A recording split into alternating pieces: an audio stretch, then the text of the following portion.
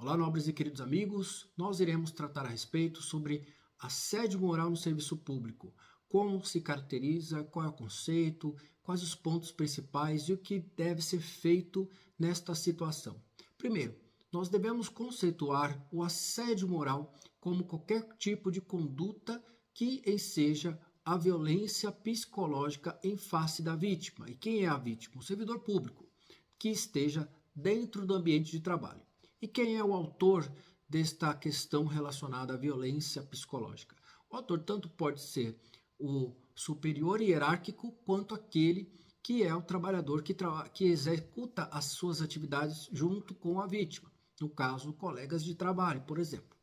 Então nós temos um ambiente que de fato deveria ser sadio, mas não é. Então nós temos pontos que devemos traçar aqui como elementos que possam ocasionar uma eventual ação, se devidamente comprovado. Então vamos lá. Primeiro ponto, humilhações e insultos constantes. A primeira delas que nós devemos tratar a respeito de espécies ou exemplos mais comuns é, de fato, utilizar uma linguagem ofensiva, fazer comentários depreciativos e mesmo utilizar palavras que denigrem a imagem e a autoestima do colega de trabalho, ou mesmo do seu inferior hierárquico. Vamos supor que o chefe começa a fazer insultos, humilhações, tratar de modo com desdém, com cuidado, com destempero. E existe essa situação que possa caracterizar. Qual é o elemento de prova que se faz? Gravação e vídeo. E testemunhas. São três elementos principais para esse caso. Sobrecarga de trabalho injusta é o segundo ponto mais comum relacionado ao assédio moral no serviço público. É claro que você que é servidor ou servidora pública deve entender que muitas das situações que eu posso ocasionar como assédio moral é trazer, por meio de uma carga excessiva de trabalhos, tarefas cotidianas que não são muito comuns do servidor público, como, por exemplo, situações que seria de fato impossível de ser cumpridas devido às exigências de se realizar das suas tarefas fora das atribuições previstas na contratação. Dentro do edital, por exemplo, do servidor público, eu deveria executar uma tarefa específica. Eu estou executando aquém daquilo que eu estou executando, mas com excesso de trabalho, com sobrecarga. E como se caracteriza isso?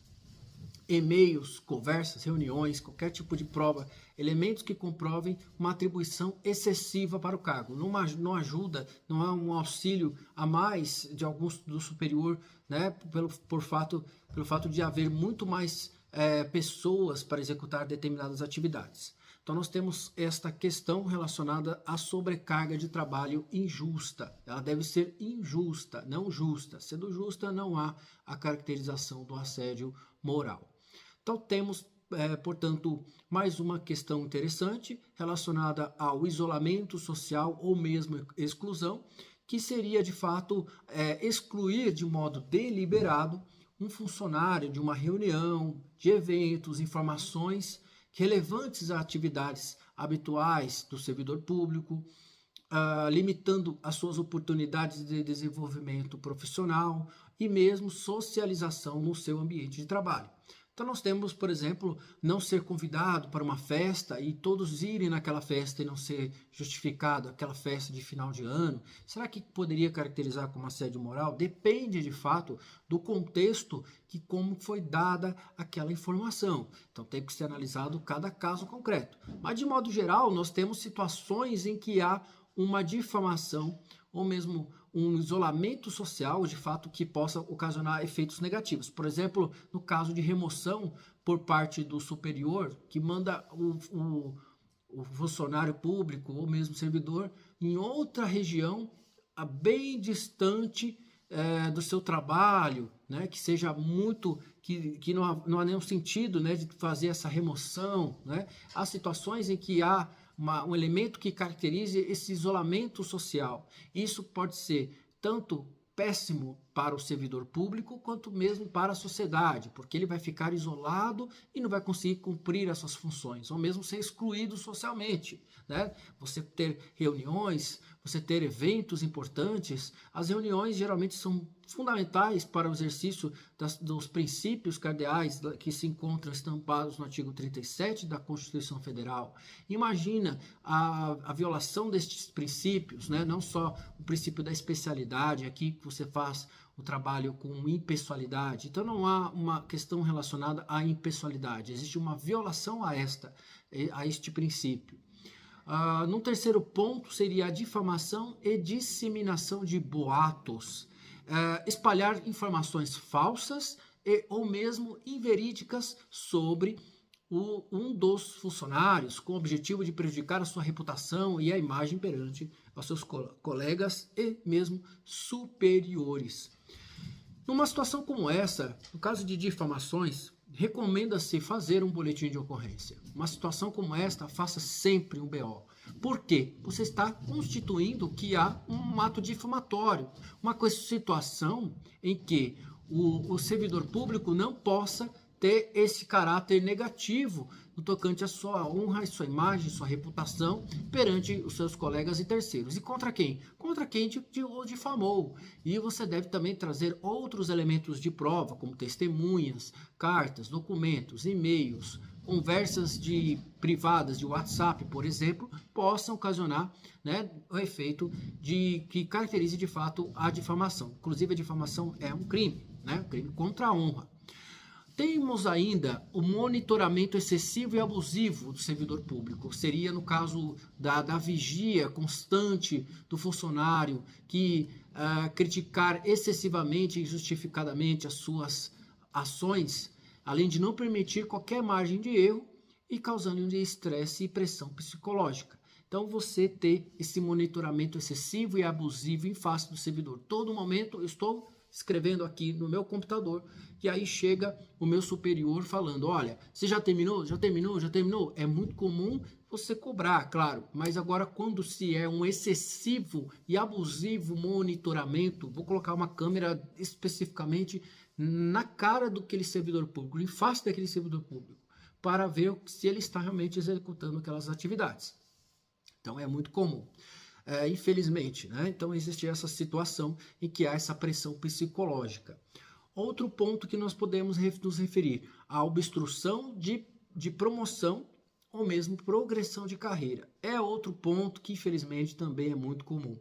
Impedir ou dificultar ou intencionalmente o progresso de carreira de um funcionário público por meio de recusa injustificada de promoções, transferências ou mesmo reconhecimento de trabalho realizado.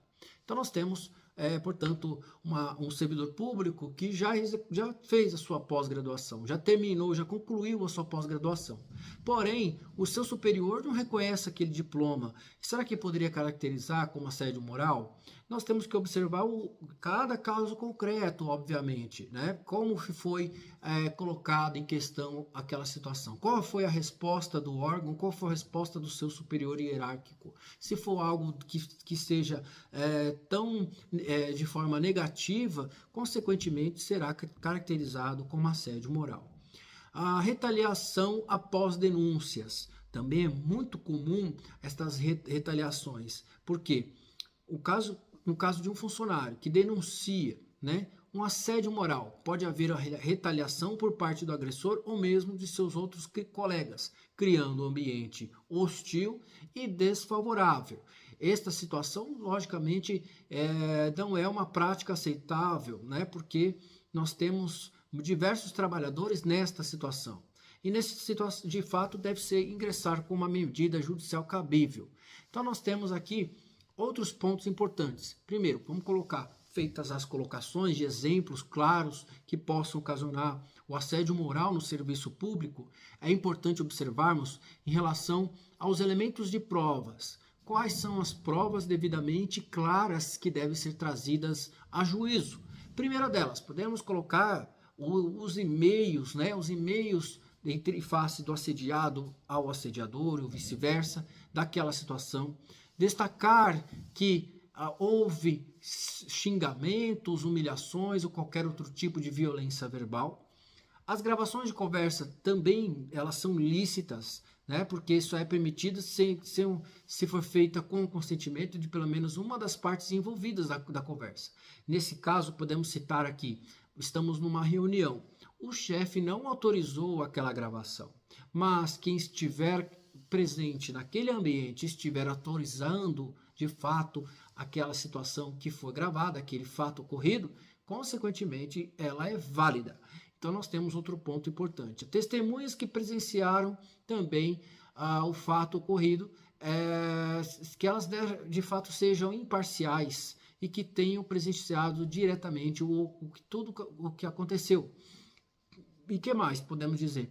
Nós temos documentos que comprovem a mudança repentina de funções, de trabalho, de local de trabalho, sem uma justificativa plausível. Então, nós temos uma situação em que há uma atipicidade fora do normal. Toda hora, alterar, durante o mês inteiro, vai querer alterar o horário de trabalho só para atrapalhar o servidor público. Então, seria uma situação também grave. A questão relacionada documentos que comprove a recusa da concessão de licenças, férias ou mesmo aqueles direitos que os trabalhadores, os servidores públicos estão devidamente trazidos, né, de acordo com o Estatuto do Servidor Público. Um exemplo típico, poderíamos dizer, gratificações. O servidor público pediu por escrito por que não estou recebendo, quero saber a resposta, e aí não há uma resposta plausível, você não está recebendo porque isso, aquilo, outro, tal. Se tiver uma justificativa, obviamente não é o assédio moral, mas se não havendo uma justificativa plausível referente ao caso, consequentemente isto caracterizará como assédio moral.